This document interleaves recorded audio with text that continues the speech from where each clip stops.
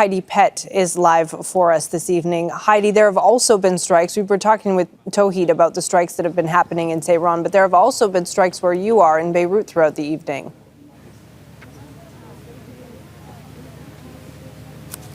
Yeah, the southern suburbs of Beirut, which are visible just behind me with smoke still hanging over them, have been subject to several airstrikes in the last hour.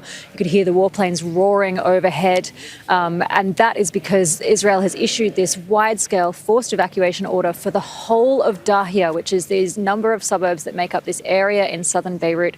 Hundreds of thousands of people were on the move earlier this afternoon. Traffic in the capital was at a complete standstill as people were trying to get out basically any way they could.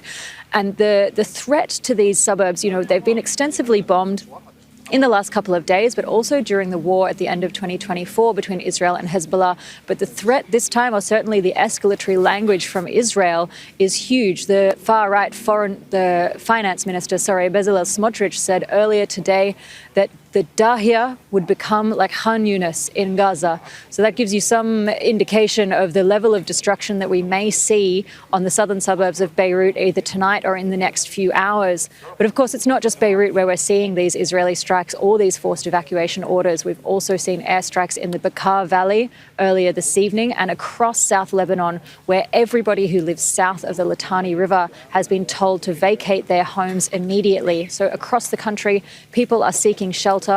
Every single shelter in Beirut was full. They've recently announced in the last couple of hours that they're going to open the stadium to displaced families, but others are heading to the north, they're heading to the mountains, into towns and villages, looking for some kind of shelter. But the problem here in Lebanon is that these Israeli airstrikes are following people as they flee, and it risks inciting further sectarian tension here because the people who are fleeing are largely Shia, who live in the south of the country and in the Dahieh, and they have traditionally been Hezbollah's support base. And as they flee to areas that are more likely to be home to Christians, Sunnis or Druze across the country, some of them are actually being turned away because people fear, once again, that these airstrikes will just follow them. Heidi Pett in Beirut. Thank you, Heidi.